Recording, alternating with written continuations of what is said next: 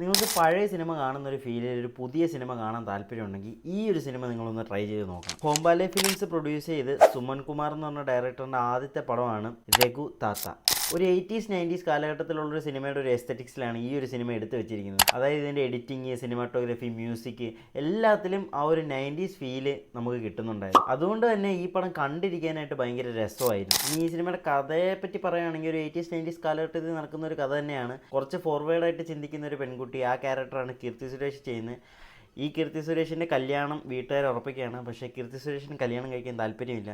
അങ്ങനെ വീട്ടുകാർ ഉറപ്പിക്കുന്ന കല്യാണത്തിൽ നിന്ന് കീർത്തി സുരേഷ് കല്യാണം കഴിക്കുമോ അതോ കല്യാണത്തിൽ നിന്ന് രക്ഷപ്പെടുമോ എന്നുള്ളതാണ് ഈ ഒരു പടത്തിൻ്റെ വൺ ലൈൻ. ഇത് ഭയങ്കര ഗംഭീര സിനിമയാണെന്നൊന്നും ഞാൻ പറയൂല.